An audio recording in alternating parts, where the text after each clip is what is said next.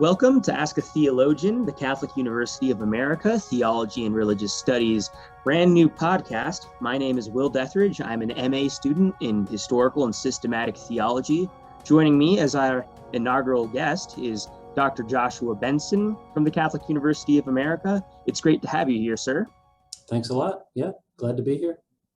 Yeah, and for those of us who might not know as much about you, especially non-Catholic U students or prospective students, if you could just introduce yourself, give a little bit of background information about what you teach, and just briefly speak about how you even got into becoming a theology professor, that would be much appreciated. Sure. I'll try to give you the short version.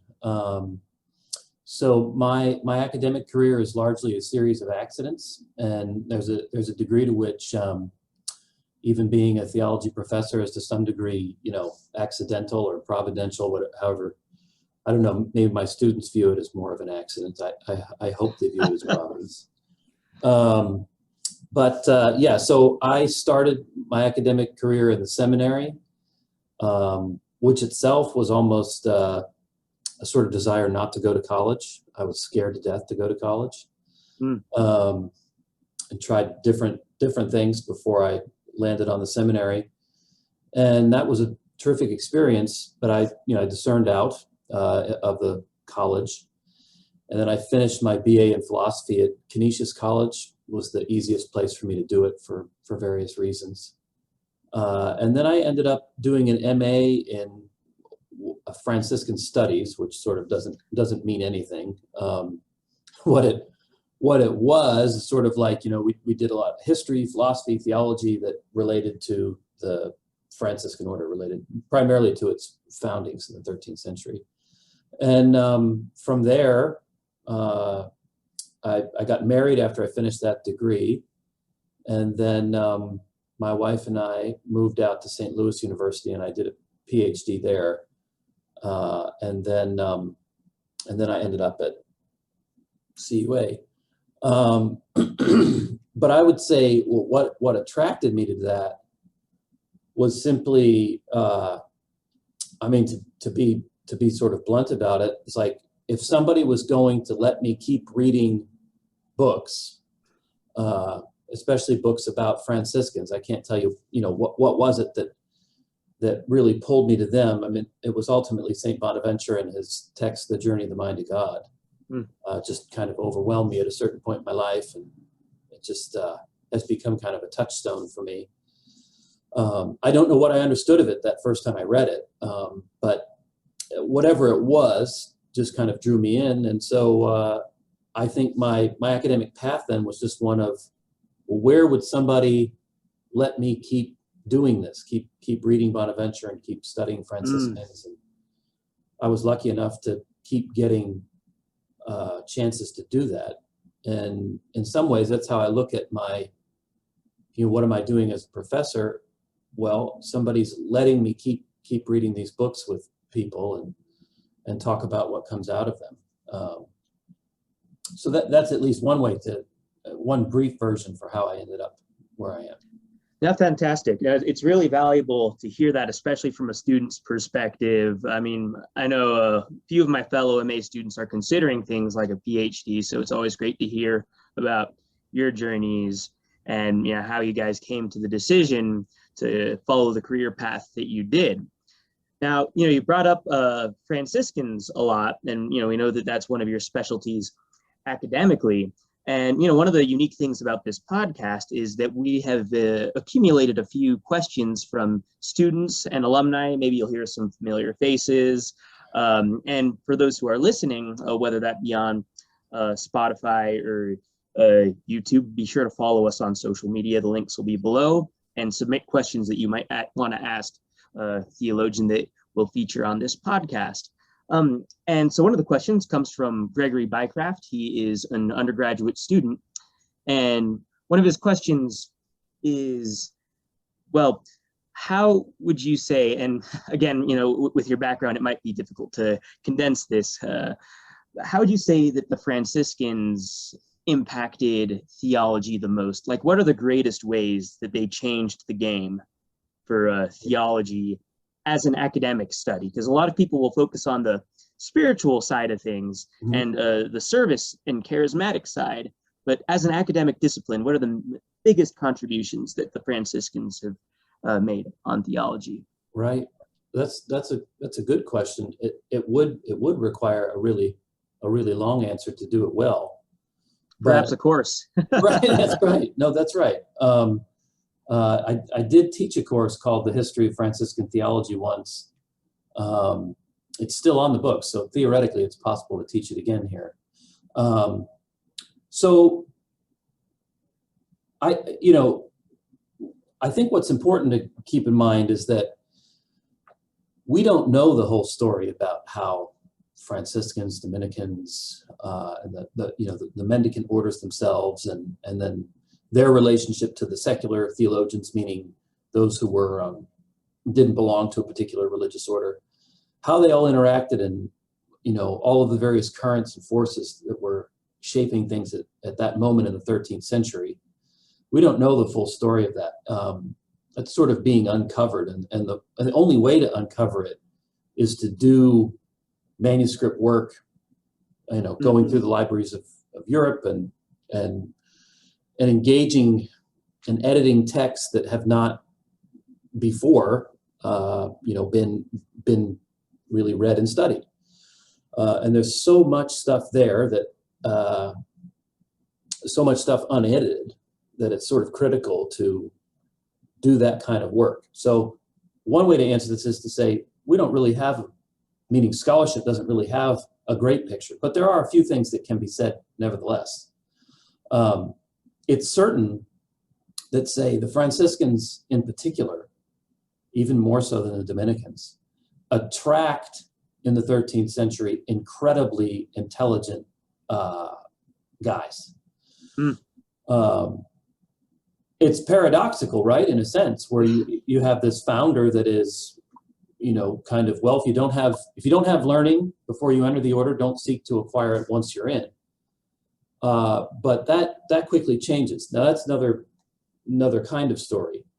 But clearly, people like, say, Bonaventure believe that the order and its foundations and its growth are an ideal place, forum, through which to become a learned person. That those two things don't conflict. In other words, being a Franciscan and being learned don't conflict.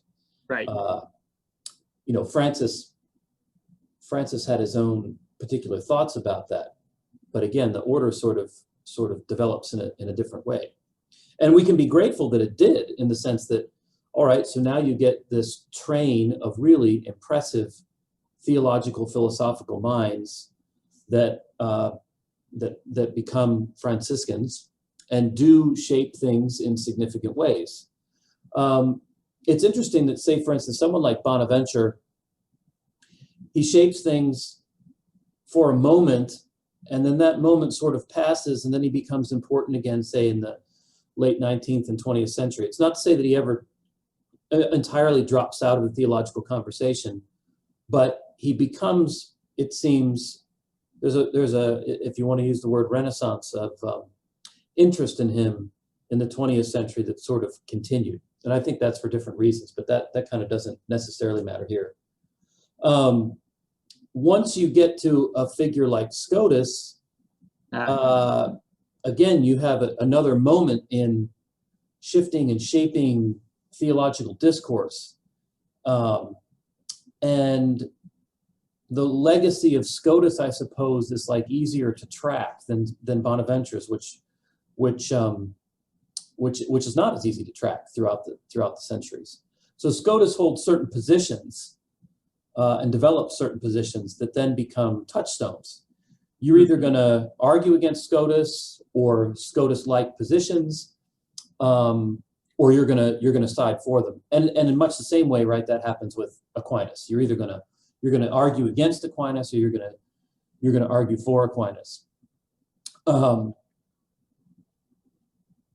there's a whole chain of people between Bonaventure and Scotus that are Franciscan, that are really important to that developing history, but they're simply less well known at this point in time.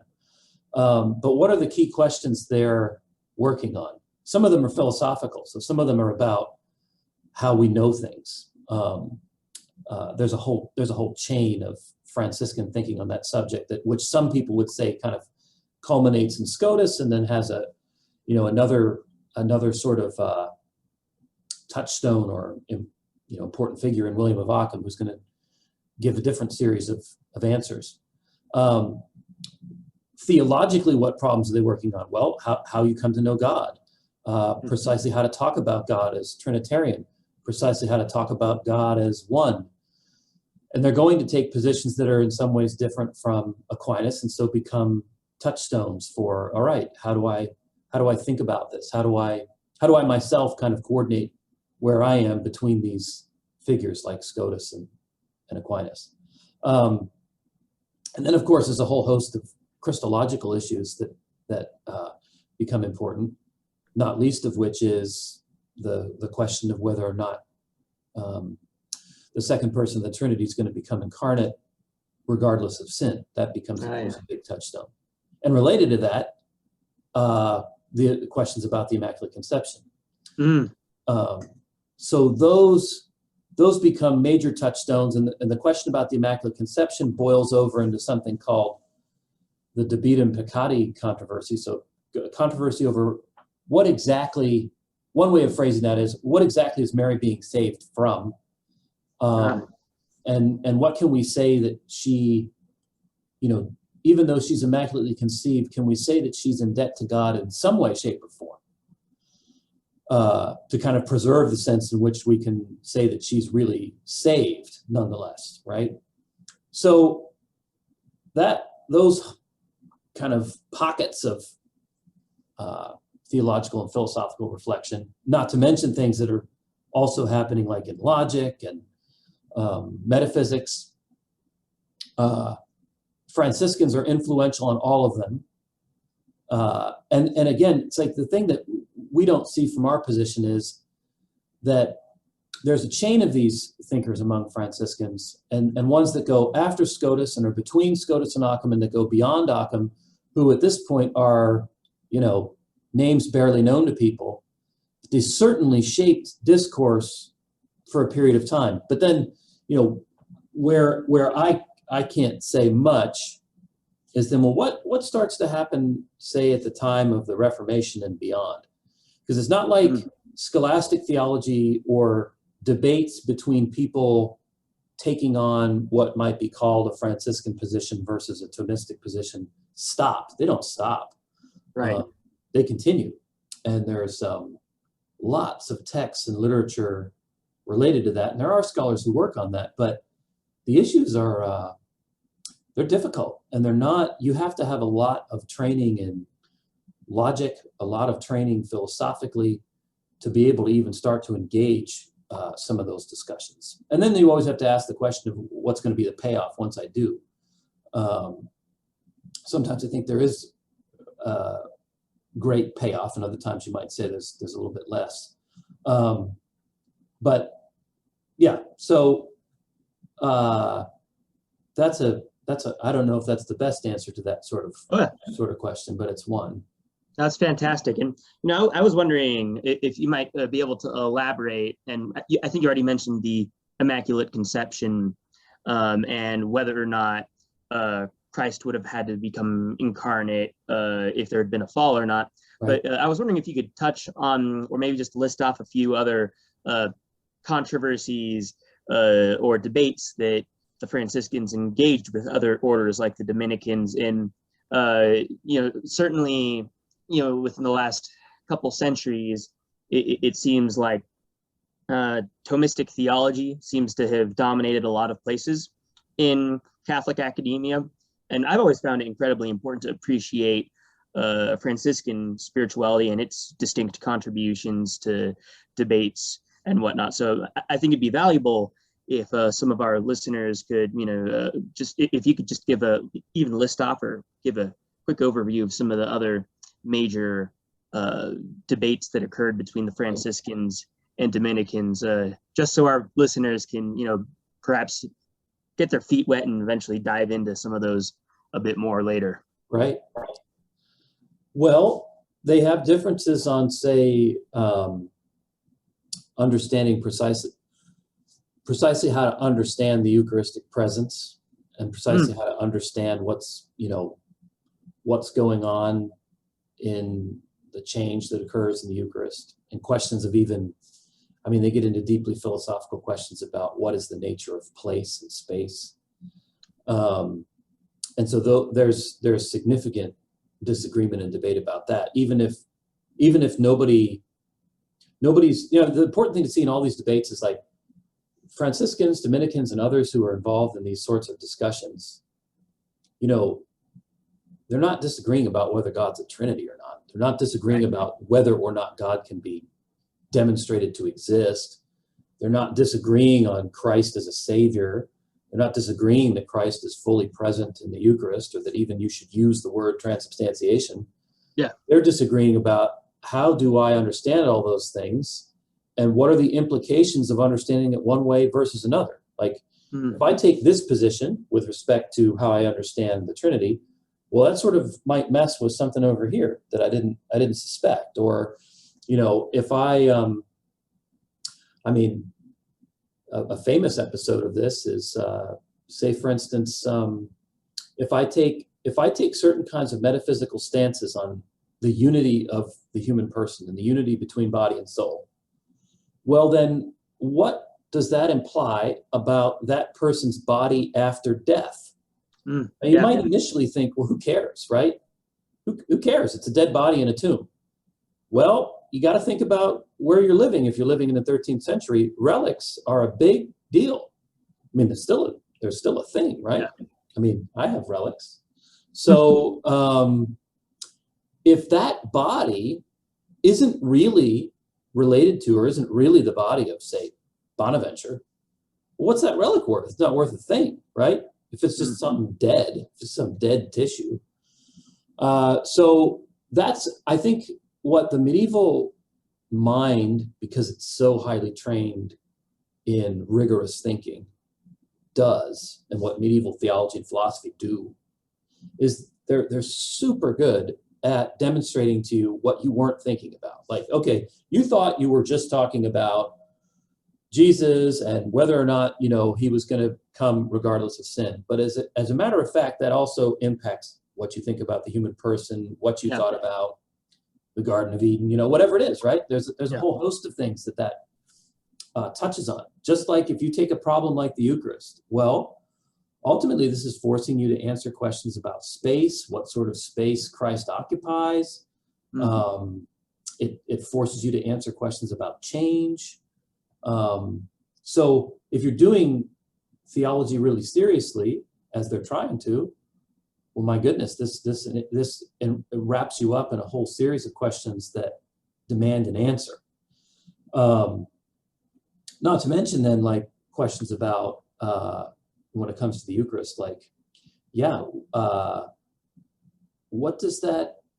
I'm not sure exactly how to phrase it, but like, the change that occurs there. What does that mean for my receiving it? What does that mean for accidents that might happen with respect to the Eucharist? Like, if the Eucharist falls on the ground and gets trampled on, or gets eaten by a mouse, right? Yeah. What does that mean? Which all relate back then to questions about, well, what precisely is the presence of Christ here? Why is it there? How is it there? What's it doing? And they're not joking around when they try to probe these things. It's not. Sometimes we look at some of the questions they're asking, or the debates they're having, and we can ask ourselves, well, why would that matter? If you get into what they're trying to think about, you can usually see, there's a series of issues that just thinking about Eucharistic presence demands I answer if I'm trying to be thorough. Yeah. Most of us don't want to be that thorough, right? We're sort of content with, well, I believe Jesus is present in the Eucharist, and that's it. And I believe when I receive it, I receive him. Period. And I confirm everything the church asked me to affirm. but I can't get into, next level questions about the actuality of space and how it functions and what that means. Yes, yeah. We don't want to do that, most of us. And that would be true in the Middle Ages too, right? I mean, we forget that when we read scholastic medieval theological literature and these high debates between all kinds of people, which we can label as Franciscan and Dominican, but it's never quite that simple, because right. non-Dominicans are taking Thomistic positions and non-Franciscans are taking Franciscan positions, etc. We forget we're only reading one kind of literature that is addressing these questions from within that extremely rigorous discipline. And if we turn to a different kind of text, if we turn to a sermon by one of these theologians, or we turn to a popular sermon, or we turn to the life of a saint, or we turn to letters of Clare or Hildegard or someone like that, well, we get a very different perception of those same things, which isn't incompatible with that high level discourse, but right. It comes at us in a very different way. So I think I guess the caveat I'm trying to say is, if you only ever read, say, Thomas Bonaventure Scotus, people like that, it's not like that's the only thing the Middle Ages would have to say to us now. And maybe in some ways it's not even its best thing. Maybe if we're reading or certainly the best thing for us in a particular point in our lives, we might get much more fruit out of reading the life of a saint, or sermons delivered by someone, or texts that we might consider or label as more spirituality. And we're simply not in a place where we're going to get as much out of, say, high scholastic treatises. Right. Oh, perfect. I really appreciate your elaboration on that. And, shifting gears a little bit from core theological ideas to more of theology's impact on your life. You mentioned earlier how a hallmark of Franciscan theology was the belief that Franciscan spirituality would permeate throughout the life of the person and enrich their life, and thus enrich their theology like that. It really gave a great community for theology to happen as a discipline. And Mary Benino, one of our undergraduate students, she asks how your career as a theologian has impacted your personal spirituality and your personal relationship with God. Right. Yeah. That's interesting, because as you might expect, it's gone through different, phases. And I think it was easy, at a certain point in my graduate career, not because of anything I was being taught in class, directly, but I kind of came to a place where, things were pretty dry, pretty cold. I didn't know what to think anymore. I kind of got to a place where I thought,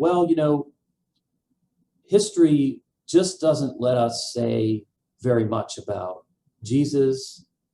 It doesn't let us say very much about, what can I really say I know about Francis? What can I really say I know about any of these things? And I got to a place where it was pretty, maybe dry is the best word, to go to church. I didn't, I won't say I stopped believing in the Eucharist, but I just had this feeling like, I don't even know why I'm doing this anymore. Right. And that wasn't a great place to be. I kept going to church. I kept saying, my prayer life got pretty small and meager at that point, but I wouldn't say I stopped praying. I think those things were in some way just sort of ingrained in me, either through the seminary or through my family. I wasn't going to stop those things, but I didn't know what I was doing anymore. And it was really when I started to teach that things sort of changed. In other words, when I stopped being just a researcher and a student and someone kind of immersed in trying to figure out how to do all this stuff, and I actually started teaching students, that something kind of changed. And the big change for me really was teaching a Christology class at St. Louis. So I was assigned 2 sections of a Christology class. I didn't really know how to approach it, and it was for undergraduates. All the classes that I taught there were undergraduate classes. And I talked to some people may know a professor at Boston. He's now at Boston College. His name's Brian Robinette, and he was at St. Louis at the time. And he was writing a book on the resurrection, which subsequently been published, and I think won some awards. And so I talked to him about, I don't even know how to teach this Christology class. What books do you use? What would you do? We had a lot of conversations about that. And as we did that, and as I read some of the texts he suggested to me, the one that was a real watershed for me was N.T. Wright's The Challenge of Jesus. And it was reading that said to me, oh, wait a minute, history really isn't something that just sort of does damage to my faith. It just kind of tells me I don't know anything and everything's a big fat, you're just being duped all the time, right? Sort of one scary perception you can get out of doing historical research is I either can't know anything or what I can know is overwhelmingly negative. Like it's going to make me either lose my faith or it's going to make me see that everybody's telling me a yarn just to get me on their side. Yeah. And what blew me away about reading N.T. Wright is that it was like, okay, that's not really the case. That doesn't have to be the case. And so I kind of got deep into reading N.T. Wright for a while. And that kind of led me down some other paths. And another book that was really helpful at that moment in time was Father Roch Koretsky's book on Christology. So I kind of, as I taught that class, that sort of restored my confidence in a lot of things and really started to shift my sensibilities. When I came to CUA, then some of it was classes I taught. It was that. But it was also friendships that I started to make between different professors who just brought out in me, I just got more deeply in touch again with my faith because I was teaching it. And because I had come across some things that made me more confident about what I could do and say, that sort of pushed me more deeply into my faith. And then I think being at CUA and having, well, I don't know that they do it anymore, but they used to have Mass at noon or 12:30 in Caldwell. Right. Yeah. And so it became kind of like, well, I can go to Mass. I've got this space. I can do that. And then it became, I realized the Basilica had all these Masses. So that sort of drew me into things. So in other words, the place that I was in, the people I met, the courses I was asked to teach started to impact me because I wanted to know the truth about those things I was teaching, and that moved me in those directions. Now, the other thing, of course, that, and another two courses that were important in that way also were teaching Francis and Clare, a course on Francis and Clare, teaching a course in the Lives of the Saints. And then the more I taught the course that used to be called Faith Seeking Understanding, the more I did that, the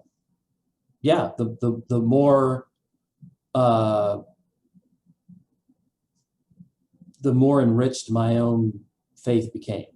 And those things just kept drawing me deeper and deeper, I would say. And then, of course, there's a whole series of, things in your personal life that occur in conjunction with teaching and being here that had another further impact.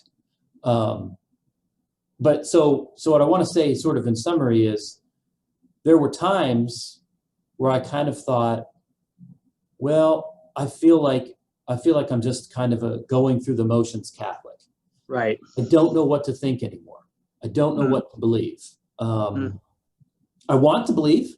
I don't want to not believe in Jesus, but boy, I just don't know what to think anymore. And I'm going to church because I know I should, and I know I definitely believe in God. I just don't know what to think about any of it anymore. Right. And then that changed, really definitely changed, teaching a course in Christology. And again, that just led me back into the texts and sources that had animated me in the first place. So that took me back into Bonaventure in a different way. And I think to say one other thing about that is the other thing that happened to me that was deeply significant, which isn't exactly related to, it's related to my academic career insofar as it happened, in terms of, I was a professor at the time. I got a phone call from, he actually is a Dominican across the street. We had been in the seminary together. His name is now Father Thomas Petrie. And he called me on the phone and he said, Father Jake Moriarty just died. And Jake Moriarty was a Jesuit who was at the Josephinum when he and I were there, and he was our spiritual director. And he was an incredible person, made an enormous impact on my life. And after he died, for whatever reason, I knew he was massively devoted to the Liturgy of the Hours. And so that Advent, I just decided kind of as in honor of him, to pray for his soul. I don't know, maybe it was both of those things. I decided to start praying the office that Advent. And I had really just started to get more deeply into medieval exegesis. And so when I started to pray the office, it was like just all these lights turned on. And so I haven't stopped. I mean, I don't pray every hour of the day, every hour. I try to do a couple of them at least, depending on what happens during the day. But I think that nothing else has made as big an impact on me as starting to pray the office again. That was huge. And I think I needed space away from it because I was in the seminary. It was something we did. And so the office for me was something that was from my seminary days that I was I didn't want anybody to think I still,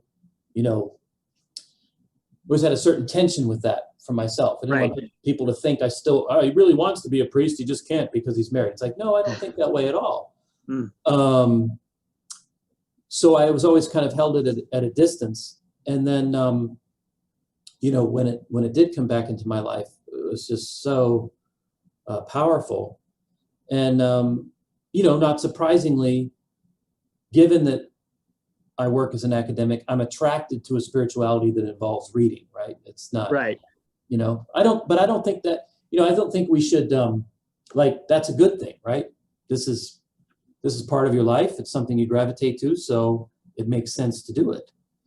I understand that not everybody might be attracted in the same way to that, but for me, it was, that was critical. Fantastic. And I really, really appreciate, you're going in depth with your story like that, because I think it's a common misconception among college students in general that once you get that degree, and especially advanced degrees like your master's or your PhD, you settle a bit more and you stop grappling with some of this stuff. When from what I can tell in the conversations I've had, sometimes it's the exact opposite. Sometimes there's more challenges that hopefully in the end help to delve deeper into your faith as you have. So, we appreciate that perspective for sure. One of the students, Cecilia Ciccone, I probably botched her last name. Sorry about that. She did ask what some of your favorite courses to teach were. It seems like you already covered a few of them in your summary, unless there's a couple more that come to mind. But one of we actually have a question from an alumni, and it's a two-parter. It's got a little bit of a twist on it. So she asks, what are some works on prayer that you would recommend to an alumnus? This is from Katie Brophy. Mm-hmm. But she also asks, what is a good beer you would recommend to alumni? So if you could tackle prayer, works on prayer and works of beer, both very important. They are important. That'd be fantastic. So let me say one thing about classes is yes. Thank you. Yeah. I always think that the classes I like to teach best are once I've figured out what the story is. And if I can't figure out what the story is, I don't like teaching the class. And normally, stories are going to focus around people, persons. And so if I can't figure out who that class is about, then it just sort of falls apart. I think that was my experience, honestly, of the first time I taught 202 Church of the Human Person for the first time this spring. And for me, I'm sure for the students it wasn't great, especially given the COVID hybrid thing. But for me, the hardest thing was I still haven't figured out precisely who's this about just yet, and what's the story I'm trying to tell. And until I figure that out, every class is really difficult. But once I do figure that out, then there's no class. I like teaching every class where I figured that out, or think I have a good bead on it. It's like you're always going to alter it and shape it based on what happens with the students and what happens in your own self, what you're reading, what you're interested in. But the critical thing for me is always like, what's the plot? Who's this about? Where's this going? And if I can't get that really solidly, if it's just like, well, we're delivering this content, it's like, oh God, this is horrible. It's got to be a story, and there's got to be multiple stories within that story that push it forward. Otherwise, I can't do it, or it'll just be a mess. Now, when it comes to works of prayer, the question about beer in connection with that is fortuitous, in the sense that, for me, another thing that was spiritually impactful for me, my time in Washington, I have a friend from the seminary, my seminary days. He's married and has children as well,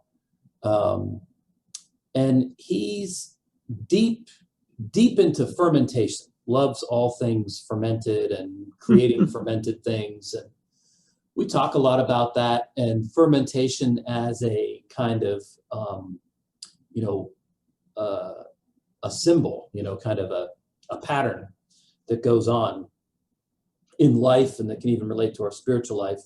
And at one point, so I started brewing beer at my house. And that was before, I think I started maybe before Gwen was born, my first daughter, my first child, and maybe continued it just after her. But then we were living in a small house, and having all those boiling pots seemed like a bad idea, so I stopped. And I haven't done it since. But that was important to me for a lot of reasons. One was it just taught me a lot about the beer making process, so I understood what beers I liked versus what ones I didn't. And why does this one taste good to me, and why does another one not? But the other thing that it did sort of impact me was just the whole process, all the things that need to be done to make a good beer. And yeah, there are great analogs to the spiritual life.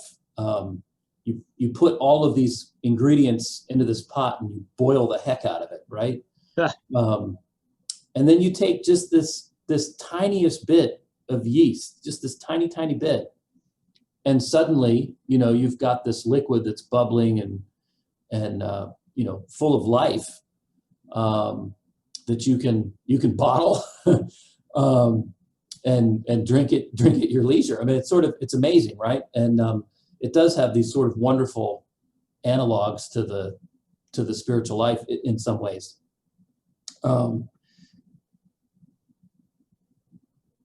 In terms of what beers I like right now, I like beers that I could never make at my house. So nice. I've gotten into sours, which are really hard to make. It takes a lot of skill to do that. So yeah, I've gotten into those, and I think I always gravitate towards IPAs and so forth. There we go. Come visit on the West Coast sometime. I know. Well, there's a sad story there. The really sad story is my hometown in Bellefonte, Pennsylvania, once had Sierra Nevada approach it to set up a brewery there on the East Coast. Oh, nice. Because Bellefonte's water supply is so terrific. But the town powers that be, in a fit of their usual stupidity, told Sierra Nevada, well, we don't want that big brewery here using all that water. I've never been so depressed as when I heard that. Oh, man. So anyway, it's just terrible. What horrible lack of foresight. So anyway, right now I tend to drink whatever's on sale. But there's a great place if anybody is in the area and they're near. There's a couple of great places I found. One, of course, is the Town Center Market in Riverdale, which has all these taps, and they're always changing them out, so you can always try different things.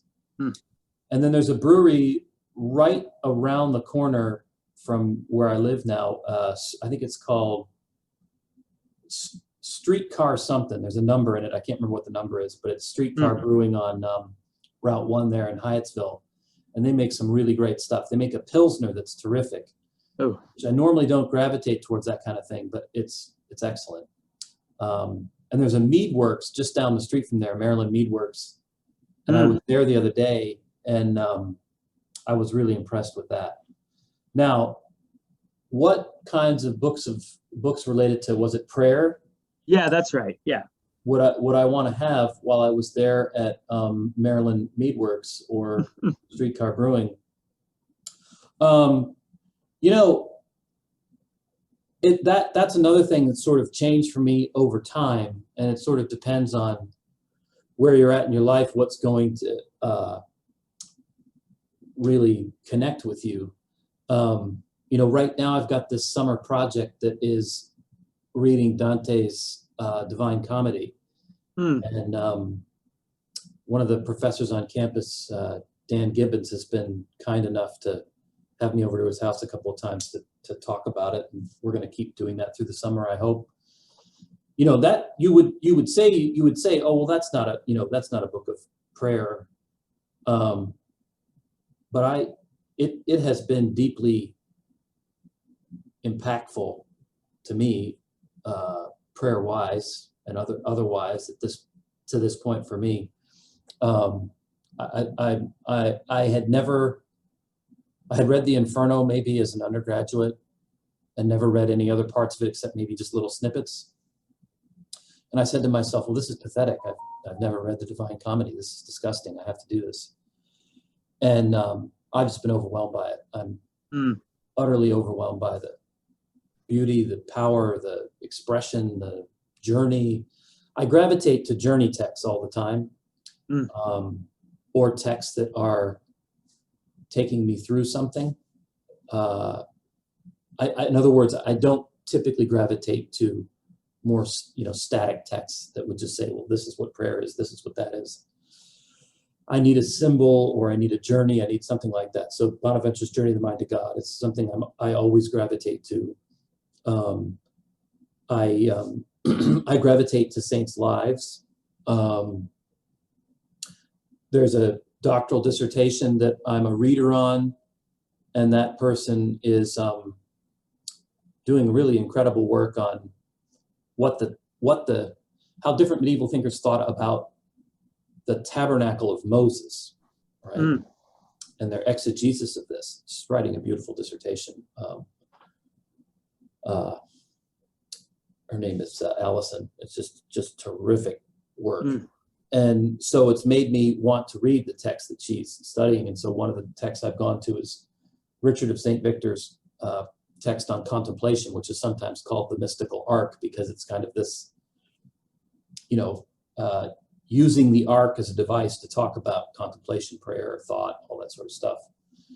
And those are the texts that I think I gravitate to the most, and the ones that I gravitate to right now. It just, yeah. Now, a text that has been really impactful for me in the past, which I would only recommend to somebody in a certain sort of mood, It's a very brief text by, I think he's a heretic, Meister Eckhart. All right. I think he is. Maybe he's not. But he has a great text called it's not clear whether it's by him or not, but it's called the Granum Sinapis, the mustard seed. And it is a very powerful expression of, what you could call negative theology, right? Yeah. What God is not, right? Yeah. And it's a powerful expression of, you don't know what you think you know. And, right. And sometimes you need that a little bit. Yeah. Right? You need that reminder. Yeah. Oh, that's awesome. We appreciate all those recommendations. It's been wonderful talking to you, and wonderful getting to know more about how teaching has impacted you personally, as well as your fantastic theological wisdom and advice. And we also appreciate the students who've submitted such wonderful questions. I think it's been a great first podcast for us, and it's been an honor to have you on here. So thank you so much for all of your time, sir. Of course. Thanks a lot, Will.